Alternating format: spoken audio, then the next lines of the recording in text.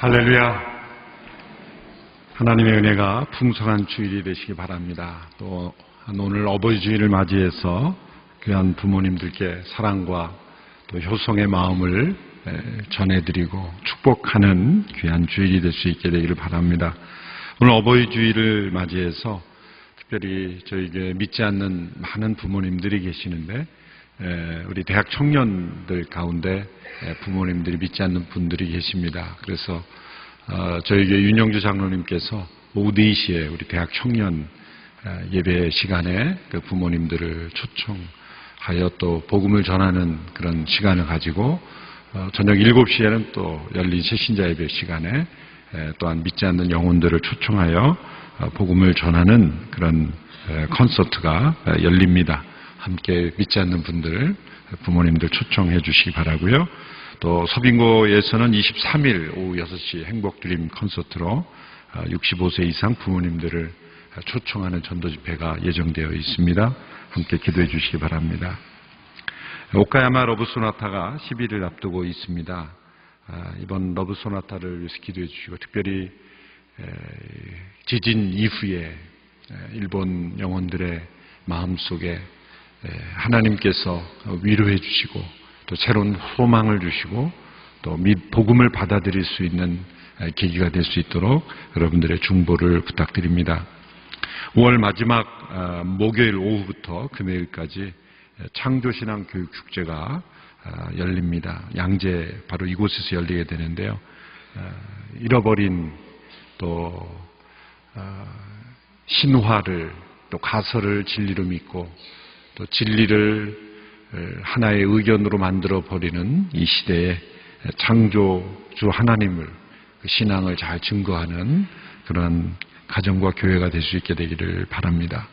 오늘 비전 헌금은 군 선교와 또 기도원 선교의 사역을 위해서 우리 함께 헌신하게 되겠습니다. 기도하겠습니다. 하나님 아버지 감사합니다. 하나님의 은혜와 사랑으로 우리 모두를 붙잡아 주심으로 지난 한 주도 은혜 가운데 거할 수 있었습니다.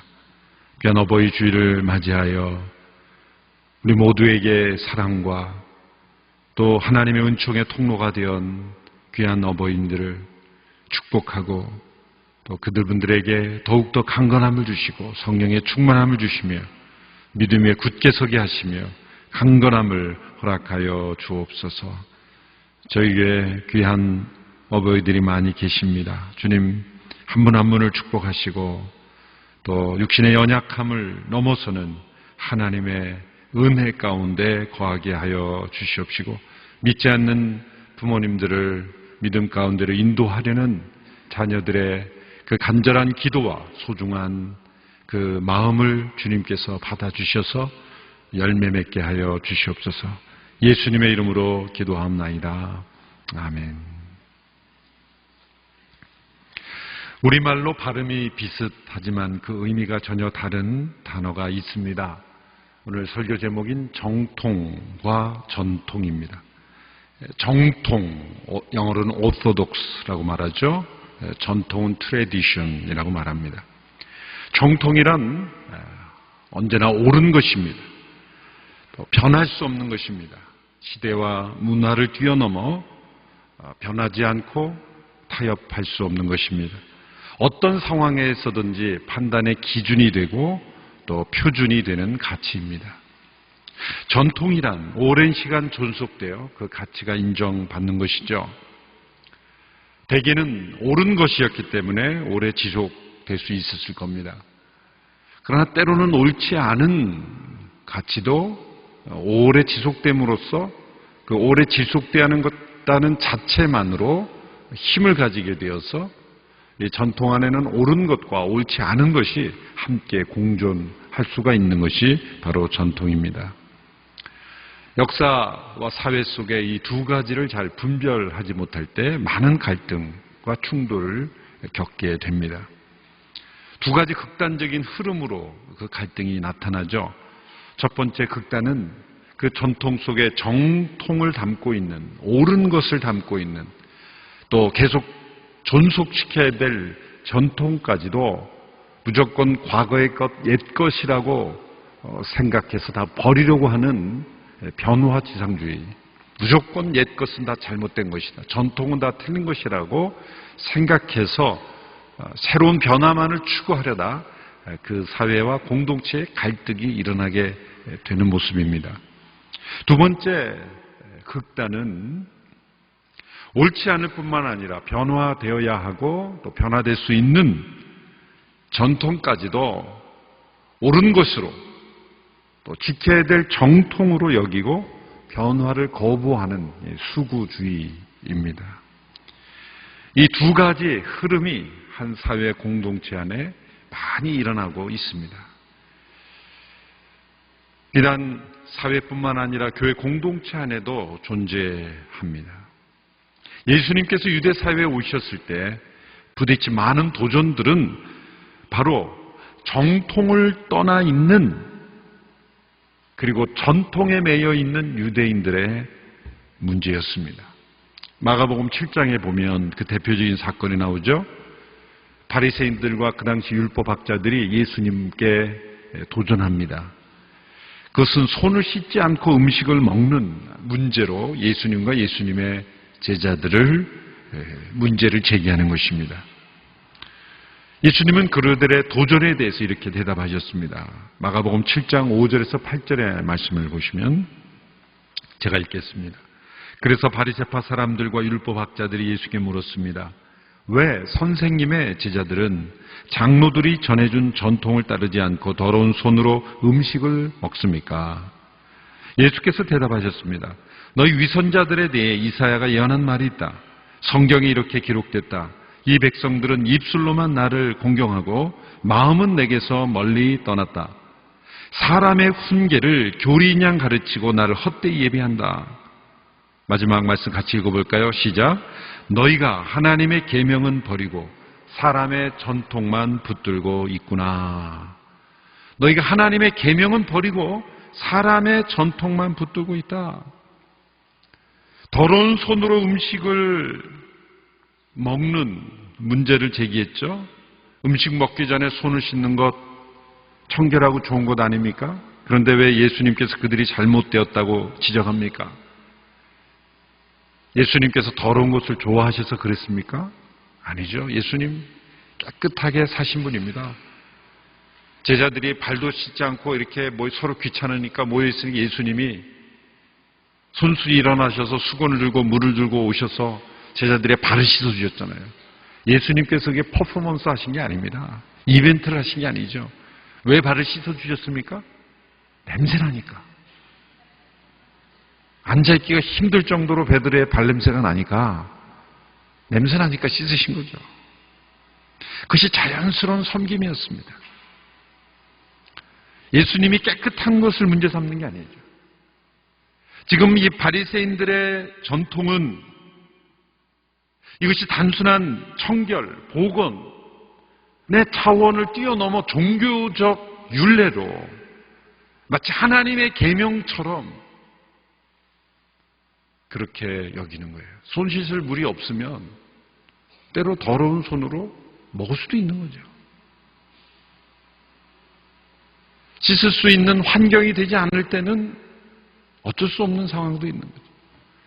그러나 어떠한 상황 속에서도 손을 씻지 않은 음식을 먹을 수 없다라는 계명을, 그것을 계명의 수준으로, 그것을 정통의 수준으로 올려놓은 것이 문제다라고 예수님이 지적하신 거예요. 사람의 전통은 하나님의 계명으로 끌어올리고 하나님의 계명은 지켜도 되고 지켜지지 않아도 되는 일로 수준을 끌어내린 거예요. 예수님이 이들의 이런 문제를 제기하자 예수님이 거기다 더해서 하나의 문제를 더 제시합니다. 오늘 어버이 주일이니까 이 말씀이 참 적절한데요. 마가복음 7장 9절에 14절 바로 그 이어서 예수님이 하신 말씀이에요. 너희가 하나님의 계명은 버리고 사람의 전통을 붙들고 있다라고 지적하신 직후에 그리고 계속 말씀하셨어요. 같이 한번 읽어볼까요? 시작. 그리고 예수께서 그들에게 말씀하셨습니다. 너희는 너희만의 전통을 지킨다는 구실로 그럴듯하게 하나님의 계명을 제쳐두고 있다. 모세는 내 부모를 공경하라고 했고 누구든지 자기 부모를 저주하는 자는 반드시 죽을 것이다라고 했다. 그러나 너희는 내가 아버지나 어머니에게 드리려던 것이 고르반 곧 하나님께 드리는 예물이 됐다라고 하면 그만이라면서 너희 부모를 더 이상 봉양하지 않으니 너희는 전통을 핑계삼아 하나님의 말씀을 유명무실하게 만드는 것이 아니냐. 또 너희가 많은 일들을 이런 식으로 행하고 있다. 예수님께서 바리새인과 율법학자들은 예수님께 왜 손 씻지 않고 음식 먹습니까? 라는 문제를 제기했는데 예수님은 거기에 반박하시면 하나를 더 하신 거예요. 그것은 고르반이라고 하는 전통입니다. 하나님께 드려지는 예물이 됐으면 부모를 봉양하지 않아도 된다라고 하는 전통이 바리새인들 가운데 있었다는 거죠. 그러나 십계명에서는 분명히 내 부모를 공경하라라는 하나님의 계명, 이것은 전통입니다.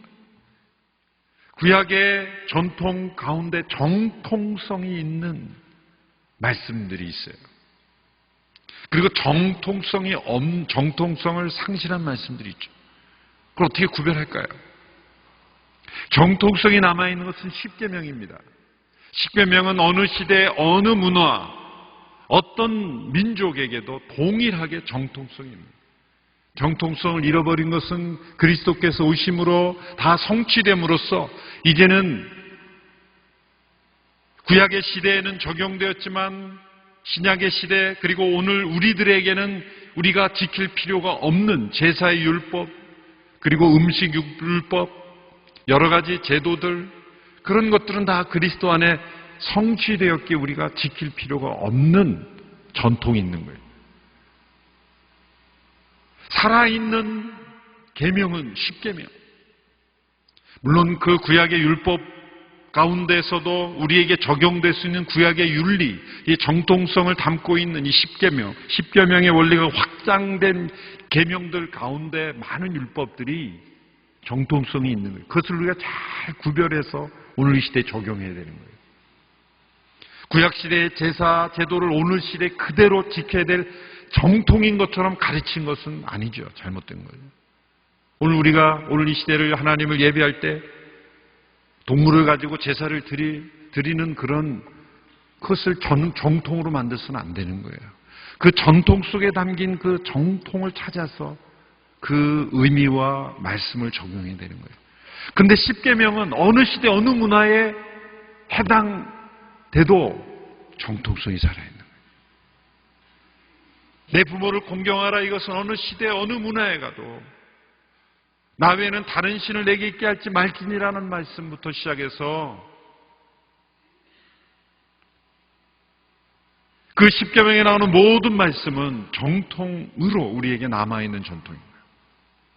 그런데 이 바리새인들 시대에 어떻게 했습니까?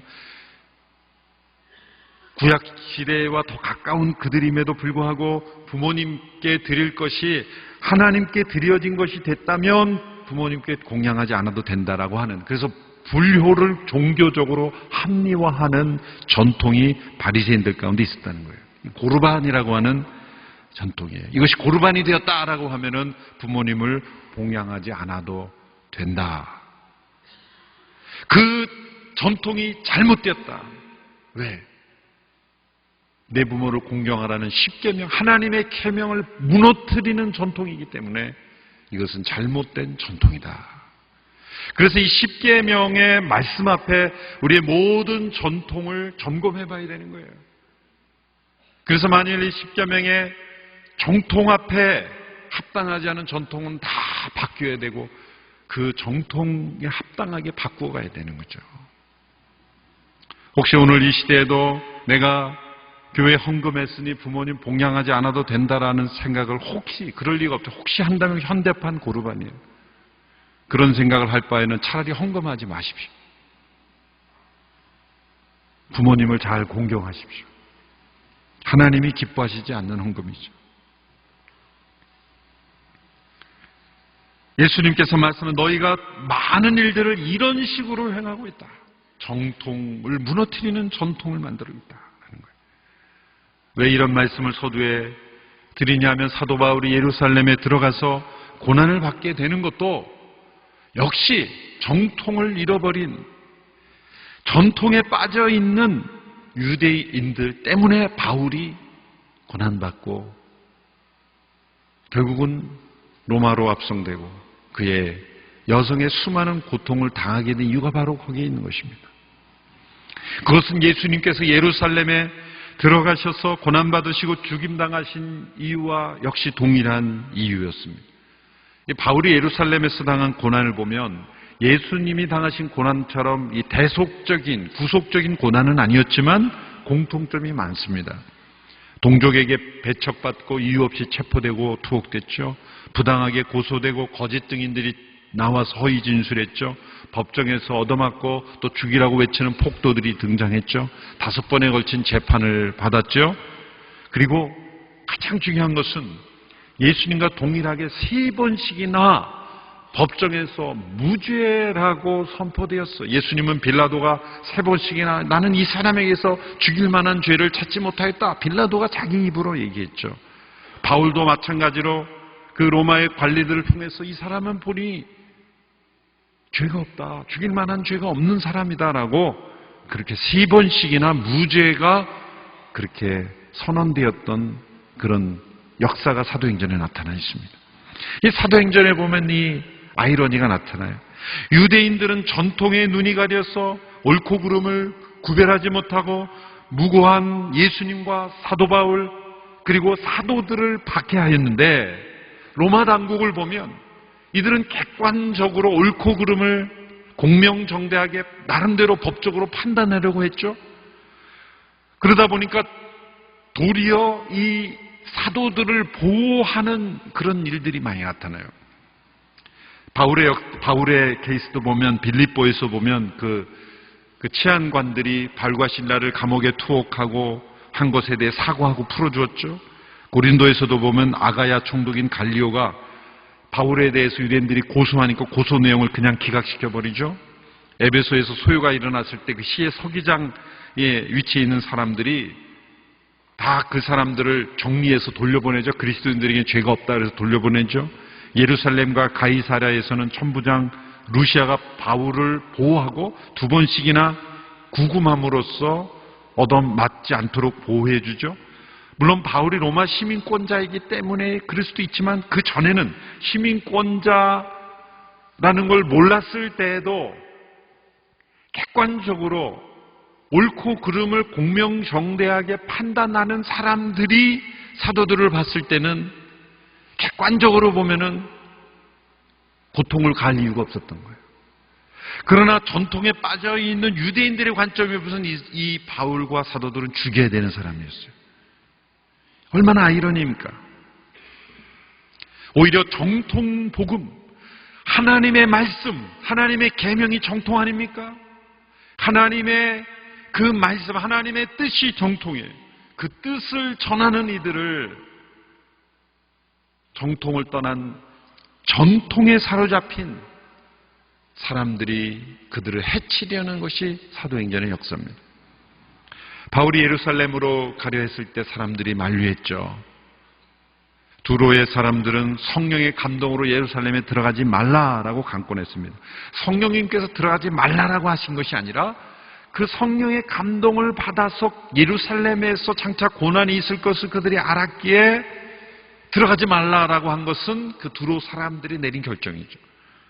가이사랴에서는 선지자 아가보가 바울의 그 띠를 가져다가 자신의 손발에 묶고 바울이 이렇게 이방인들의 손에 넘겨질 것이다. 이제 로마 당국에 넘겨져서 그 호송당할 것을 예언했죠.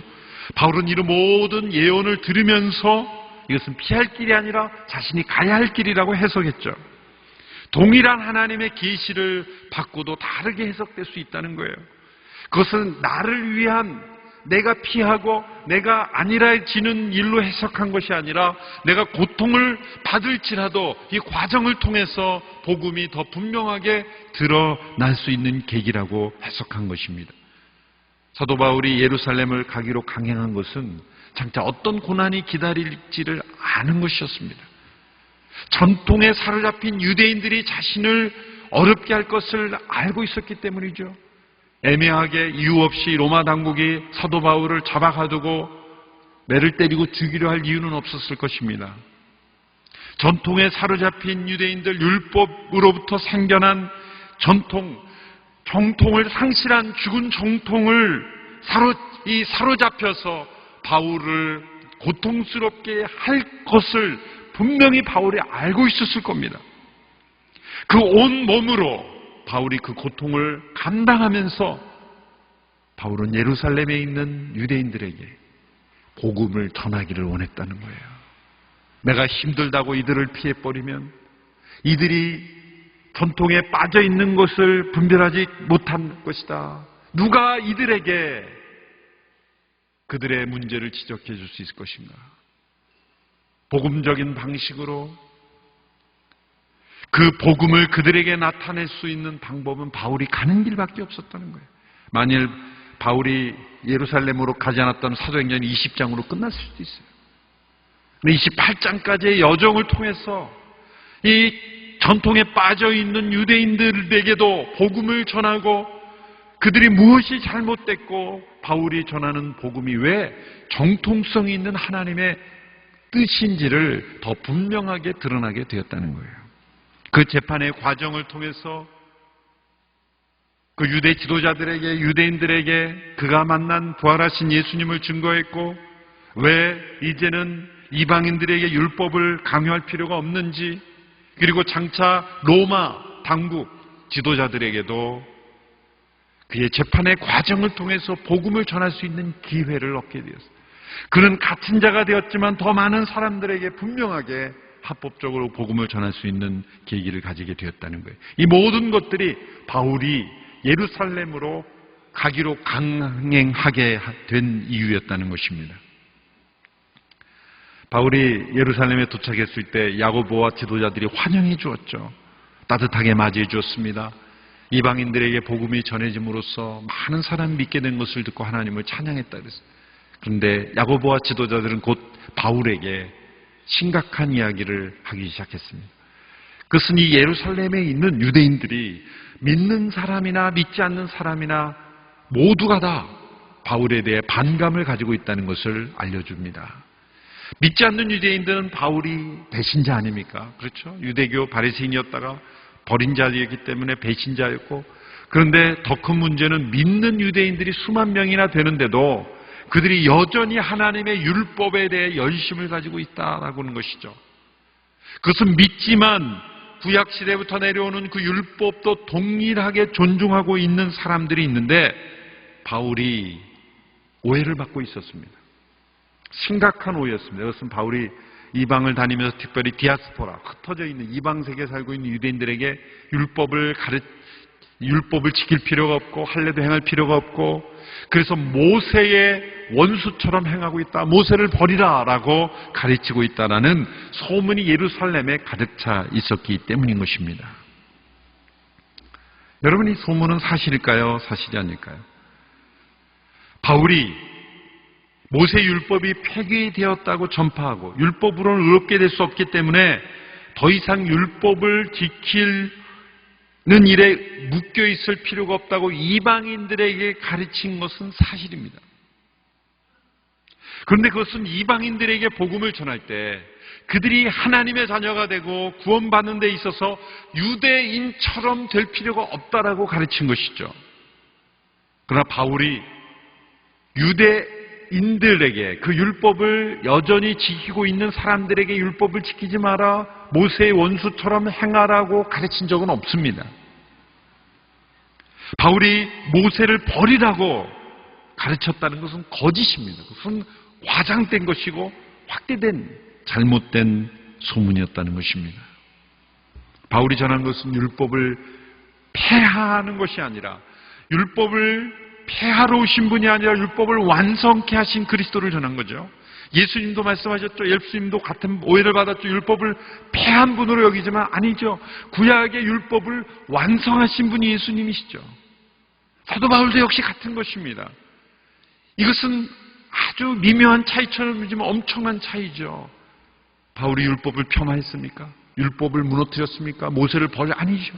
모세를 통해 주신 율법, 그 당시에는 그것이 하나님의 방법이고 그 이스라엘에게 주시는 뜻이었지만 이제 그리스도 안에서 율법이 완성되었으므로 이방인들에게 하나님의 백성이 되기 위해서 먼저 유대인과 같이 될 필요는 없다라고 복음을 전한 거예요. 그렇지만 바울이 유대인들에 대해서는 그들이 그 뼛속 깊이 스며들어 있는 문화화되어 버린 그런 전통들을, 만약 예수님을 믿는데 그 구약에 나타난 음식법 같은 거를 여전히 지킨다고 해서 구원 못 받는 것은 아니죠. 그것은 하나의 전통일 뿐이지, 예를 들어서 구약에 나타난, 레위기에 나타난 음식율법이 있단 말이죠. 그런데 예수님 믿고 구원을 받았어요. 그런데 습관적으로 그 음식은 안 먹어요. 그렇다 그래서 그들의 그 습관 속에 그 구약의 음식 율법을 여전히 지키고 있다 해서 당신은 그럼 구원 못 받아. 그럼 율법대로 행하면 구원 못 받는다고 말하는 것도 잘못된 거죠. 그렇죠? 이른 아침에 여러분들이 나오셨기 때문에 좀 여러분들의 머리를 복잡하게 해드릴 것 같아요. 굉장히 중요한 문제예요. 그렇죠? 그러니까 유대인들이 그 율법으로 문화화된 그 속을 그들이 율법으로 구원 얻지 못한다고 하는 것이, 그렇다고 해서 그들이 습관적으로 율법을 지키고 있다가 당신은 구원 못 받아라고 말할 수는 없는 거죠. 그렇죠? 그것 또한 잘못된 거란 말이에요. 그건 지킬 수도 있는 거예요. 바울이 그것까지도 정죄하지는 않았어요. 그런데 문제는 그 마음속에 이것을 지켜야 구원을 받는다고 한다면 그건 잘못된 거죠. 그런데 예수님을 믿음으로 의롭게 되는 것은 깨닫고 믿었지만 습관화된 문화 속에, 전통 속에 그것을 지킨다고 해서 당신은 구원 못 받아, 그건 또 아니죠. 하나의 문화적 전통으로는 지킬 수 있는 거예요. 바울이 그것까지는 거부하지 않았어요. 그 예가 뭐냐 하냐면 사도행전 16장에 보면 디모데를 전도하고, 디모데의 어머니가 유대인이었거든요. 디모데를 할례 받게 합니다. 디모데에게 할례 받는 것은 너가 할례를 받아야 구원받을 수 있다라는 게 아니죠. 그럼 바울이 전한 복음이 다 틀린 거죠. 그래서 학자들이 성경을 보면서 이게 도대체 바울이라는 사람은 어떻게 이해해야 되느냐 논란이 많은 거예요. 왜 디모데에게 할례를 행하게 했습니까? 구원받는 방도로서, 구원받는 방법으로서 할례를 행한 것이 아니라, 장차 디모데의 어머니가 유대인이고 디모데가 바울과 같이 많은 유대인들을 만나야 될 텐데, 그 유대인들과의 관계 속으로 들어갈 때 만일 디모데가 할례를 받지 않았다고 한다면 수많은 유대인들과의 관계를 잃어버리는 거예요. 복음 전도를 위해서 받게 한 거란 말이에요.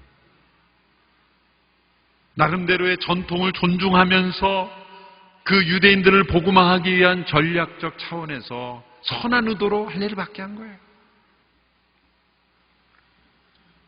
이것은 매우 선교적이고 매우 지혜로운 거죠.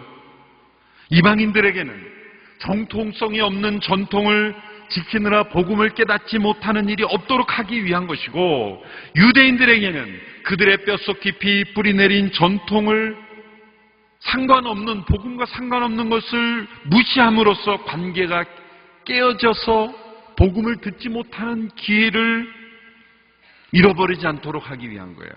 이러한 철학이 고린도전서 9장에 잘 나타나 있습니다. 9장 19절에서 22절의 말씀인데요. 같이 한번 읽어보겠습니다. 시작. 내가 모든 사람에 대해 자유로우나 스스로 모든 사람에게 종이 됐습니다.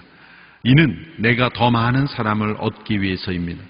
유대 사람들에게 내가 유대 사람처럼 된 것은 유대 사람을 얻기 위해서입니다. 나 자신이 율법 아래 있지 않지만 율법 아래 있는 사람들에게 내가 율법 아래 있는 사람처럼 된 것은 그들을 얻기 위해서입니다.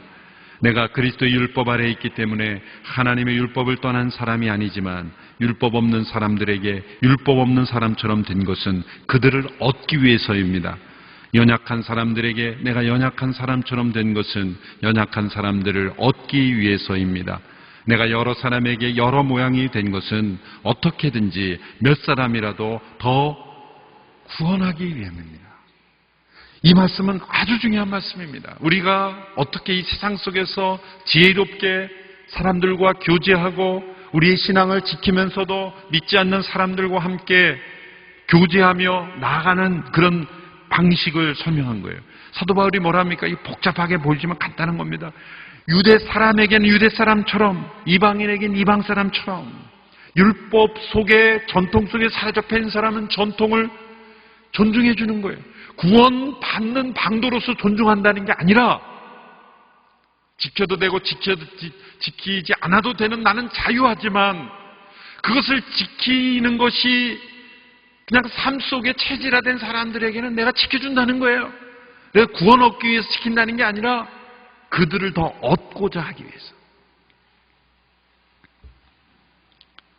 율법 없는 사람에게는 율법 없는 사람이 되고, 율법 아래 있는 사람이 율법 아래 있는 사람이 되는, 이게 카멜레온이 된다는 게 아니에요. 이중적 인간이 된다는 것이 아닙니다. 그는 나는 자유롭다 그랬습니다. 그런데 그 자유를 사랑을 위해서 쓴다는 거예요. 그 대표적인 이유가 로마서 14장에 우상에게 바쳐진 음식을 먹는 문제 때문에 나오죠. 로마 교회에 문제가 생겼어요.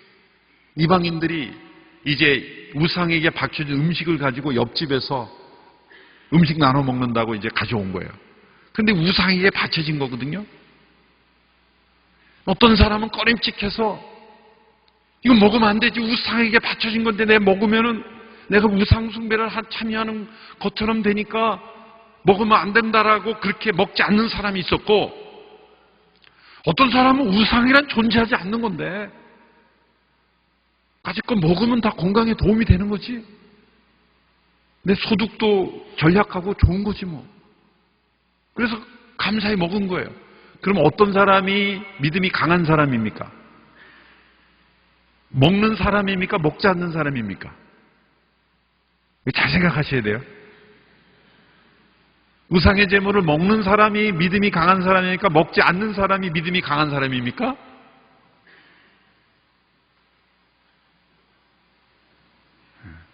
조금 생각하셔야 돼요. 먹는 사람이 믿음이 강한 사람입니다. 로마서 14장을 잘 읽어보세요. 왜요? 사도 바울은 믿음이 강해서 나는 그거 먹을 수 있다.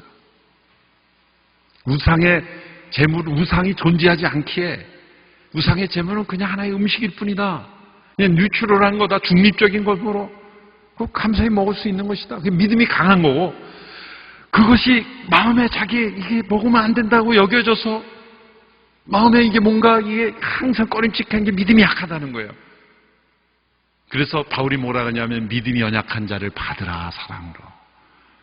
그 믿음이 연약한 자가 있으면 자신은 먹을 수 있는 강한 믿음이 있으나 먹지 말라.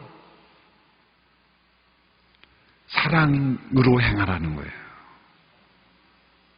바로 이런 원리입니다. 이런 원리가 고린도전서에도 그대로 나타나고, 지금 그래서 예루살렘에 들어가서 야고보와 이 지도자들이 이런 아이디어를 냅니다. 당신이 이런 오해를 받고 있기 때문에 지금 나실인 서원을 하려고 정결 예식을 행해야 되는 사람들이 있는데 돈이 없어서 지금 못하고 있다. 그러니까 당신이 그들과 함께 그 나실인 서원 정결 예식에 참여하고 그들의 그 비용을 대라.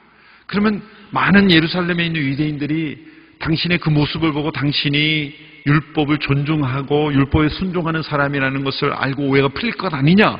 바울이 좋다 그랬어요. 그것은 그런 의도예요. 그것으로 구원을 얻는 것은 아니지만 그것이 그 전통을 나름대로 존중함으로 관계를 회복하는 길이라면 할 수 있다. 그래서 한 거예요. 그러나 결국 예루살렘에 있는 사람들은, 그 오해와 과장으로 가득한 그 사람들은 사도 바울을 고난 속에 집어넣고야 말았습니다. 왜냐하면 그가 성전에 이 이방 사람, 에베소 사람과 같이 있는 것을 누군가 발견하고는 소동을 일으키기 시작했습니다. 그들은 이 바울이 이방인들로 하여금 이 유대인들만 들어갈 수 있는 뜰에 데리고 들어갔다라고 추측했어요. 사실이 아닙니다. 바울이 그 예루살렘의 전통을 누구보다 잘 아는 사람인데, 그 예루살렘 성전에서 이방인들만 들어갈 수 있는 뜰이 있고 유대인들이 들어갈 수 있는 그 뜰을 구태여 그것을 어기면서 소요를 일으킬 필요가 없었다는 거예요. 그런 소요를 바울이 일으킨 게 아니에요. 그런데 성전에서 이방인들과 함께 있는 걸 보고 바울이, 누군가 그랬을까? 혹시 들어간 거 아니야? 그랬더니 들은 사람이 그 다음 사람에게 들어갔대. 그 다음 사람이 들어갔다는 소식을 듣고 이것 봐라 그러면서 이제 막 흥분한 거예요. 사실은 확인되지 않은 사실이었어요. 바울은 선한 의도로 예루살렘에 있는 유대인들과 좋은 관계 속에서 그런 복음을 전하기를 원했습니다. 그렇지만 이런 오해와 과장과 추측과 잘못된 편견, 전통에 깊이 뿌리 내린 그 전통을 하나님의 계명처럼 만들어 버린 그러한 그들의 사고가 사도 바울을 고난 속에 던져버린 것입니다. 여러분, 전통은 소중한 가치가 있습니다. 그런데 그 전통의 가치가 한계를 넘어 무조건 옳은 것이 되는 정통의 자리에 올라가면 그 전통은 사람을 해치는 무서운 무기가 될 수 있습니다. 과거에 이건 미국 역사, 기독교 역사에도 청교도들의 역사를 보면 이 주일 성수라는 전통을 이 정통이 돼버려가지고요. 어떤 일이 있었냐면은 먼 거리에서 몇백 킬로미터를 아이의 유아 세례를 주기 위해서 그 아이 먼 지역에 교회가 없기 때문에 먼 지역에서 온 아이에게 그 유아 세례를 주지 않았다는 거예요. 왜? 주일 성수를 어겼다는 거예요. 때로는 그 청교도들의 역사를 보면은 막 귀를 잘라버리고요. 무서운 그런 일들을 정통 수 없는 전통의 이름으로 청교도들도 많이 자행했어요.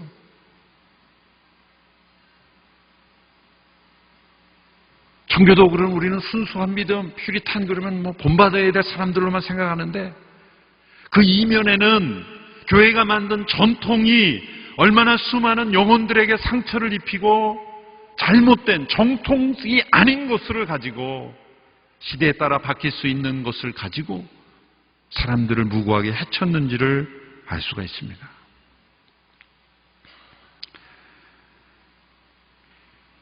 바리새인들이 장로들의 유전을 말씀 그 자체보다 더 중요하게 여긴 것처럼 오늘 이 시대에 우리 안에 있는 교회의 전통이 어쩌면 하나님의 말씀, 이 정통성 있는 하나님의 말씀보다 더 권위 있게 여겨지는 하나님의 말씀보다 교회법이 더 중요하고 하나님의 말씀보다 교회가 만든 어떤 절차가 중요하고 하나님의 말씀보다 개인이 오랫동안 경험했던 전통이 더 중요하게 되면 사도행전에 나타난 이 모순적 역사가 나타날 수가 있다는 거예요. 성령을 소멸하며 편안한 만족감에 빠져 심지어 부모를 공경하라는 말씀조차도 고르반이라는 전통으로 무너뜨렸던 그 시대처럼 오늘 이 시대의 성령의 역사하심과 말씀의 권위 앞에는 관심이 없고 오랜 교회의 전통만을 지키며 그것이 신앙생활이라고 만족하며 아니라는 것을 이 말씀을 통해 우리는 지적받아야 할 줄로 믿습니다. 정통이 살아있는 교회가 되기를 축원합니다. 그것은 사도행전적인 이 말씀과 성령의 역사를 받아들이며 늘 새로운 전통을 만들어가며 도전하며 변화하는 것입니다. 현재 한국교회는 생명력 없는 전통을 절대시하며 죽어가는 교회가 될 것인가? 아니면 다시 한번 말씀과 성령의 이 정통이 살아나는 하나님의 뜻과 역사가 살아나는 교회가 될 것인가의 기로에 서 있습니다. 한번 따라해 보십시오. 정통으로 전통을 변화시키지 못하면 이음과 니은을 잘 발음하셔야 됩니다. 다시. 정통으로 전통을 변화시키지 못하면 전통이 정통을 무너뜨리게 될 것이다. 네. 오늘 이 사도 바울이 예루살렘에서 고난당하는 모습이 바로 그런 모습입니다. 누가 정통성 있는 사람이에요?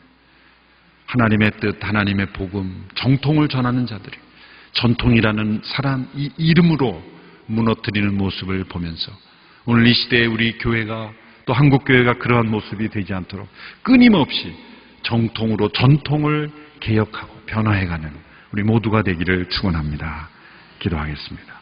하나님 아버지, 사도행전의 역사를 통해 또 바울의 고난을 통해 우리에게 교훈하여 주심을 감사하며 오늘 이 시대에 깨어 변화하는 우리에게 살아있어야 될 살아있는 정통이 우리 속에, 우리 믿음 속에, 교회 속에, 역사 속에 나타나는 교회 되게 하여 주시옵소서. 예수님의 이름으로 기도하옵나이다. 아멘. 함께 영상을 보신 이후에 우리 비전헌금에 함께 참여하겠습니다.